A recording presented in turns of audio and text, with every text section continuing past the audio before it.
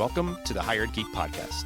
For each week, we explore the impact of EdTech on the student experience with engaging, fun, and relevant conversations that honor the wide range of work happening all across the higher ed ecosystem. I'm your host, Dustin Ramsdell. I've been working in and around higher ed for the past decade, focused on student support and digital experiences. Join me every week for discussions with some of the best minds in education technology. The Hired Geek Podcast is a part of the Enrollify Podcast Network, a robust collection of shows designed to help higher education professionals like you grow. Explore our other shows at enrollify.org or check out some of my personal favorites linked in the show notes below. Enrollify is made possible by Element 451, the leading AI-powered all-in-one student engagement platform helping institutions create meaningful, personalized, and engaging interactions with students. Learn more at element451.com. Welcome, everyone, to another special live episode of the Higher Ed Geek Podcast, recorded here in San Diego at the AI show, ASU GSV Summit. And with us today is somebody who now holds the rare distinction of a three-peat guest on the Higher Ed Geek Podcast. Tara, if you want to just introduce yourself and tell people, because I think since even last year, you have a new position, new things that you're doing. So if you just want to introduce yourself again and what brings you to the event. Sounds great. Thanks again, Dustin, for having me. It is a pleasure to see you in person after so many years and be here at the AI show. It's phenomenal. The energy is electric, to no surprise. I'm a former K-12 educator, higher education leader, innovator, entrepreneur, and I am here to, as always, connect, meet our clients and customers, see old colleagues, make new friends. My new role, I just recently joined Zal.ai. I am the Vice President of Partnerships. At Zal, we are an EdTech and workforce innovation startup based in Cambridge, Massachusetts. We're building the infrastructure layer that helps education and workforce systems speak the same language, skills. So happy to be here. Happy to be a three-time guest already. We'll get you some sort of trophy or badge or something. But because and I think folks have been following along.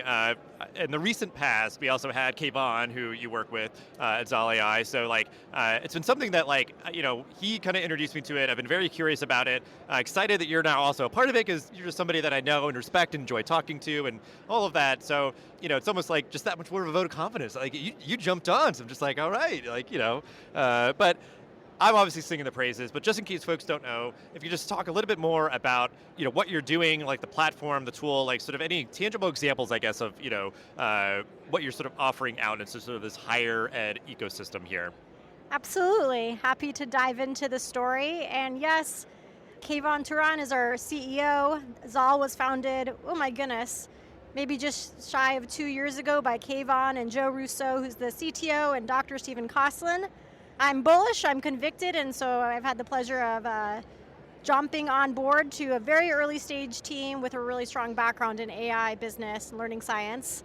I had the pleasure of being a customer in my former role. I was leading the Tech Talent Partnership, which I talked about last time I was on in the Denver area, leading a group of cybersecurity employers and education leaders to work across the K through Gray ecosystem to align curriculum, work-based learning experiences. So think about cross-curriculum alignment, but at an ecosystem level. And we have a really special opportunity to get to do this work in Colorado thanks to the Opportunity Now grant. I had the pleasure of working in ActivateWork, incubating this model of partnership with Helen Hayes and Catherine Harris. And it's really challenging when you're trying to collaborate across so many different intermediary partners. Everyone is well-intentioned, and everyone has a piece of the puzzle to solve what are the real existing pathways to critical roles. I saw what the team at Zal had already built, actually looking at a different space, which was internal career pathways for employers. And how do you help build skills-based pathways and measure ROI for your organization? So I had an opportunity to get to work with them and take what they'd built and kind of retroactively apply that across our ecosystem focused on cybersecurity. Found there's a there, and now have the opportunity to support a number of other workforce partnerships to leverage the platform to do the same thing. We're super well aligned with talent pipeline management. I am a champion of everything the U.S. Chamber of Commerce stands for and does for TPM, and work closely with TPM credentialed consultants who are implementing a lot of this work in their regions. So there's a lot going on. Zal, both on the one hand, sits on the internal assessment side for measuring skills and building internal career pathways, and now also can help with workforce integration and collaboration. So we're doing it all. Justin? Doing all the things, yes. Because I guess in my mind, I think of what you all are doing as this very like necessary sort of like nexus point, kind of conduit, like infrastructure of like all these various stakeholders and everything. Like there has to be kind of like the way that they're all speaking the same language, like a platform or tool that sort of helps facilitate that and everything. So it's complicated, complex work and everything. So appreciate that you all are like, committing yourselves to that. And I think just, for our audience's sake, how specifically does higher ed factor into like, this AI empowered workforce pipeline management kind of solution, because I think that the key word there almost is like the pipeline, that's sort of like the flow, it's the stream, it's the sort of, kind of seamless kind of connections and everything. So like, how does higher ed factor into kind of that whole system? Great question. So we sit at the intersection of curriculum, workforce demand, and real-time data. That's one of our big differentiators. So we help higher education institutions do a number of things. First and foremost, view their alignment of their programs, not just to their accreditation standards, but also to skills in the labor market that's regional. Not the higher level polls or scrapes necessarily that we already have access to or we're using for a lot of our regional pipeline reports, but being able to collect data from your local employers who you're trying to partner with and help demonstrate through insights the value of the skills being taught in your institution to learners for critical jobs that exist regionally. So first, we align curriculum auto-magically. Second, we track regional job demand. So real time across sectors and employer partnerships. This is for higher education institutions who are looking to more deeply engage with their existing employer partners or identify employer partners who would really find value in the skills their graduates are attaining. So how you engage them with clear evidence-based alignment. And last but not least, we help higher education more seamlessly blend into K-12, work with community college partners and even nonprofits who maybe want to do credit articulation agreements or have stood up apprenticeships and want to see their learners get credit. So helping higher education institutions find new learners who would have never been able to access their programs in the first place, and bring in those funnels as well. So lots of different things going on, but at the end of the day, we help build the business case for their programs with employer partners in a way they haven't had access to before. And I guess this next question that I charted, I guess, is almost just confirming a piece that you had said there, that idea of things happening automagically. Uh-huh. I guess I take that to mean that AI helps to support the coordination here by maybe there's a lot of information already accessible in the internet. It's making it really efficient to understand what are you teaching, or what are your goals or outcomes, or things like that. I guess of sort of curating information that's existing out there to try to help make it easier for these various stakeholders to work together or find already existing alignment and crossover or whatever else. So could you just expand a little bit about how does AI as a technology tool help support the coordination of all these things that you're doing? Great question. I'll back up just a moment to share some context and then get into that. The way I currently see it is there's almost this silent bottleneck in workforce development, or as I like to call it, is the white elephant in the room, and it's agile curriculum development and alignment. So following so many best practices for rigorous education and alignment to accreditation. We've been working on a very much waterfall system or annual improvement basis. And so if we're still operating on those timelines, it makes it really challenging to keep pace with the rapidly shifting demands of the labor market. There are just constraints there, which, to be clear, are there for good reason, to preserve academic rigor, ensure accreditation, protect the value of a well-earned, recognized credential. And I believe we can have it all, meaning that we can use AI to show the strengths of what we're already teaching, the skills learners are already acquiring, without having to, go back to the drawing board and make all these changes and updates constantly. So like with the right tools, we can both maintain quality and credibility and gain the agility to meet real-time workforce needs and demonstrate what the gaps may be or that they're not as bad as we think they are. So we're able to translate curriculum and program into those high demand skills and then help employers see that what they're looking for is in their own backyard. I guess just part of because I know an aspect of everything is the emotional change management kind of, part of all this. And with what you're saying, it's that acknowledgement of, if you can efficiently do analysis of all this sort of existing, literature, data, whatever, and already acknowledge where oh, we're closer than we thought, or it's sort of in my mind, it's it is time well spent to efficiently do that analysis to where it makes it much less overwhelming or daunting or whatever to these stakeholders, these decision makers. They can get presented with wow, we're already really in clear alignment, we're super close, so let's get around a table and let's kind of figure this out, and then having a platform that It's a system of record. It's right. A pathway system of record, so you know where things stand. And I think for the longest time we've looked at crosswalking curriculum or program development within each siloed institution and haven't been able to look at it over an entire ecosystem so we can understand in real time what is a learner truly deciding about when they're going from K-12 to what comes next.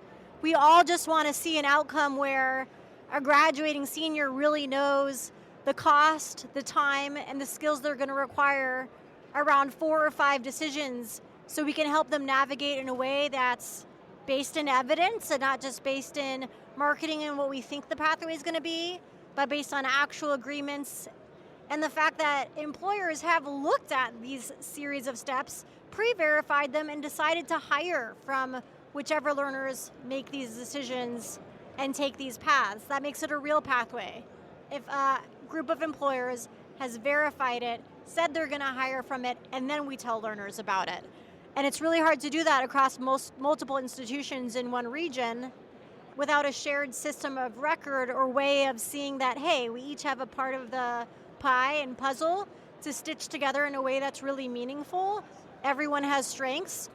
Rather than making it be competitive, we can make it collaborative in a way where not just everyone benefits, our whole region economically benefits, our learners benefit, and most of all, our companies and economy continues to grow and benefit, especially for those, critical jobs when you have over 3,000 learners across all the institutions in a region going after, 17,000 open jobs that are supposedly entry-level-ish, and we think there's a gap, or maybe there's not a gap, and the gap's on sticky notes, and then we need a workforce plan that's in a PDF, and everything's going to change 2 quarters from now everyways. There's no way to keep up with that unless we, have the opportunity to allow AI to cognitively amplify what we already do well. One thing I love thus far, getting to be part of the Zal team, is getting to work not just with Kayvon and Joe, but also Dr. Stephen Kosslin, who's written so many books on AI and learning and the way we should be considering gaining skills for how we integrate AI into our work. Walk the walk. We say our learners are going to need this skill set. How about ourselves in workforce, right? We should benefit and not just be the consumers of AI products, but build them for ourselves in ways that cognitively amplify what we're already doing, do well. Yeah, I mean, it's really interesting stuff because I think, like, I guess I want to even just like keep hammering out, like, appreciating what you're doing because, again, like, this is very complicated, nuanced, work and longitudinal and, It's definitely not always the sexiest, but sometimes I think that's where the most important companies need to come from. What's the white elephant no one wants to talk about? What's the missing skill set in the room with all the leaders who have been, who are stuck against different constraints because of their institutions? How do you incentivize everyone to get to participate in a way that works for them? How do you, as a private company, not charge everyone an arm and a leg, but actually incentivize those who are willing to build together and be part of the solution? I think we need that right now, and I think it's working, Yeah, which is really yeah. exciting. But yeah, I mean, it is like that idea of like, like infrastructure for anything, like not being necessarily the most sexy thing or whatever, but like it is what helps it feel less daunting, overwhelming, intimidating, and like is what will like sustain this work, moving forward. A connective So, tissue. yeah. Or we've been nicknaming it recently a pathway system of record between education and employment. It needs to be real time, skills-based layer that powers more inclusive, effective, workforce aligned steps one can take that are work-based learning steps or academic, and ideally a mixture of the two, and throw in a minimum of 12 credits required and a recognized industry cert and quality work-based experience. There are a lot of different standards you can use to say this is what a quality pathway is. There are a lot of different rubrics, and every region or state should get to choose which one's best for them and their learners based on their assets and in the economy and education system, as well as what matters to them and what types of companies they're trying to build. But at the end of the day, there has to be a system of record showing that you're increasing the number and volume of learners on those pathways, you're maintaining the quality of those pathways, it's meeting the requirements of whatever you've decided is a quality pathway, and it's not a, God forbid, another PDF. It's not static. We have to move away from paper maps that we put in our cars on those road trips before we had cell phones, and we need Google Maps. We need the Google Maps of pathways and that data layer to be constantly updated from both our employers who need to drive the demand and our education system that isn't really in a real market because of all sorts of education constraints, but they need to be able to align to it and not be told they're not doing a good enough job because they never had access to the right things to align to in the first place. I've definitely got a chip on my shoulder about that. Well, and I love that you gave, huge fan of good metaphors. It was a good metaphor, I think, for like this. Thank you. I've got worse ones. Like we're still stuck in, paper maps with all this stuff, and we gotta update Google Maps. We can't. I recently met with an amazing faculty member at FRCC. Shout out Jenna for your amazing program. She had these incredible PDF maps of the skills and how many courses you need to really get this technician job, but employers still think you need the AA. If we don't help employers make it really easy to do skills-based hiring, skills-based internal pathways, skills-based org charts, it's going to be even harder to help employers then build rather than buy to improve their ROI and engage learners in their own backyards to be the workforce of the future that they need. But now it can be easy. So easy. Yeah, so we figured it all out. It's all figured out. Well, I appreciate it. Like, you clearly are passionate and knowledgeable about this. Passion never, Dustin. No, unacceptable. You had made a note, so we're going to take a little bit of a detour here. Okay. But you had mentioned the quantum workforce, like quantum computing. Yep. So I was intrigued by that. Clearly, it's on your mind. I think it does relate into all this of areas that are ascendant and areas that are going to be growing in the near future that we need to be, creating and tracking, these pathways and everything for. So briefly, if you could just tell me about the quantum workforce and why it matters. Absolutely. So some context for the audience. The Quantum Talent Partnership is one of the efforts we're co-leading with ActivateWork in the Rocky Mountain West. And this is an area in the US that was recently designated as a tech hub because we have a coming wave of quantum-related jobs and some of the most powerful and innovative quantum companies in our country located in this region. Because of this, in Colorado alone, we are expecting, projection rates, growth rates from 3,000 to over 30,000 new jobs in the next decade thanks to this industry. Many of those jobs will be in manufacturing, construction, won't even require a PhD or a 4-year degree. And so this is an effort that's backed by over $40 million in federal funding and state support, and is led by Elevate Quantum. It includes dozens of public and private and nonprofit partners. It's one of the most beautifully spirited collaboration efforts I've gotten to be part of in my career, and I'm truly honored because it means a lot for our region, and it really has the potential to, bring back a lot of hope, especially in rural Colorado and rural parts of the Rocky Mountain West that have totally captured my heart. So we need to be able to do this work in a more efficient and effective way, and we need to be able to do it faster than ever. And we need to get out of, meetings where we're trying to find the gaps and align everything and sticky note everything to death. Like, we deserve to, our kids deserve it, and our country deserves it. So because of that, ActivateWork, that my former employer where I helped lead the Tech Talent Partnership, was selected for an RFP to spin up the Quantum Talent Partnership alongside Elevate Quantum and lead employers to really identify and prioritize top skills for emerging quantum jobs.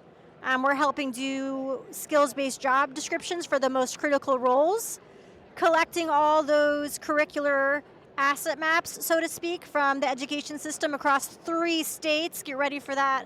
Next steps coming out to all of our education partners. And then we're going to be able to flag the gaps in alignment between an industry's critical needs as well as what we're currently offering. We're going to be able to prioritize which work-based learning experiences we need to accelerate and which companies are going to have the capacity to help lean in and take that on. And we are going to get fired up about credit articulation and helping learners be able to move across different institutions so we don't end up in just this whole poaching, reinventing the wheel process. We're going to be smart, efficient, have fun while we do it. It's an honor to get to work with all of the companies thus far, and we're still in preparation mode. The first employer convening is in a little under a month now, actually.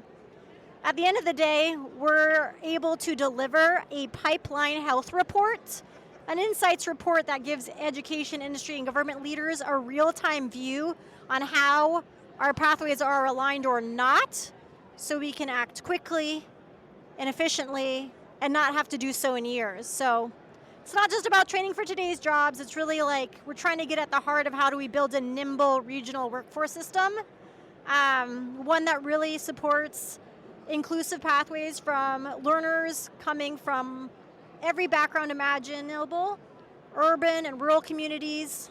And yeah, we're just getting started. So it's important work. We get to do it. We get to be part of the solution. And yeah, there's a lot to do. Well, yeah, I think this is kind of it is sort of an open-ended kind of thing. We're at early stages, Yeah. so folks can stay tuned for more great things on that front. But I appreciate you sort of explaining to me because I'm wasn't acutely kind of plugged in or knowledgeable about all that's happening. But I think it is again sort of that is it daunting, or do we look at that challenge as an opportunity kind of thing of a sort of ascendant workforce point. need, or kind of a new frontier that you could be building towards that future and doing that. Doing it right from the get-go, Yes. doing things Yes. where it might be harder, where it's this sort of legacy thing has existed for decades or maybe even longer than Totally. that. So that it's interesting to have that maybe be part of what can exist as sort of a role model or sort of example to uplift and look to as we're trying to do that in more spaces and places and industries and things. So Absolutely. I think sometimes this level of collaboration and coordination could feel daunting. However, first and foremost, Elevate Quantum has incredibly impeccable, strong leadership, and they already have brought together the table of employers, a singular table, to coordinate all of these efforts. So without them, this opportunity simply would not be able to take off in the way that it is. However, I think that's part of the gift when you can get informed about how AI could help us cognitively amplify what we already do well. Coslin says, AI is not our co-pilot, it is not our partner, it is not our colleague, it does not have consciousness and agency in that way. It can simply help humans do what we already do well. And I think that's really important to choose tools and partners who believe that at heart and walk that walk.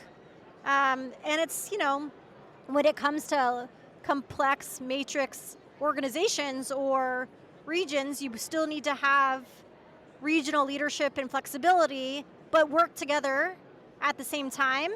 AI can help us have both. And that's a breakthrough, and that's worth leaning into.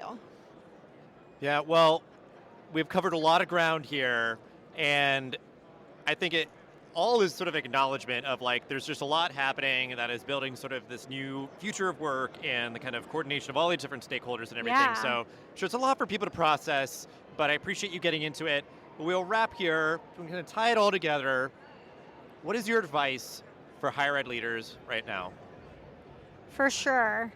I think for higher education leaders, my advice right now is that you don't need to choose between your mission and market. The reasons why you got into education in the first place, wherever your career took you, I'm sure for most of you it had to do with impacting learners and your own journey as a learner.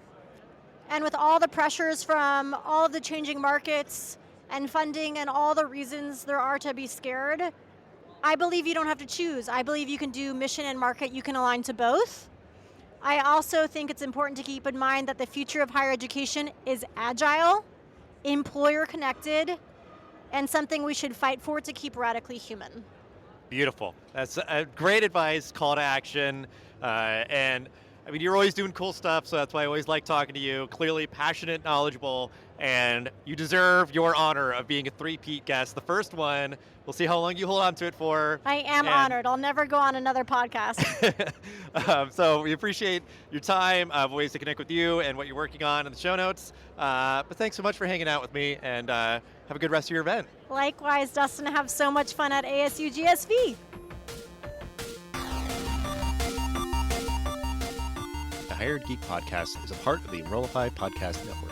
If you like this podcast, chances you like all the other Enrollify shows too. The Podcast Network is growing constantly, and we've got a plethora of marketing, enrollment, and higher technology shows that are jam-packed with stories, ideas, and frameworks all designed to empower you to be a better hired professional. Our shows help you find your next big idea and feature a selection of the industry's best as your host. Learn from people like Jamie Hunt, Seth Odell, Dave Kibbolds, and Eddie Francis, as well as so many other of your favorite leaders in higher education. Enrollify is made possible by the support of Element 451, a leading AI-powered, all-in-one student engagement platform helping institutions create meaningful, personalized, engaging interactions with students. Learn more at element451.com.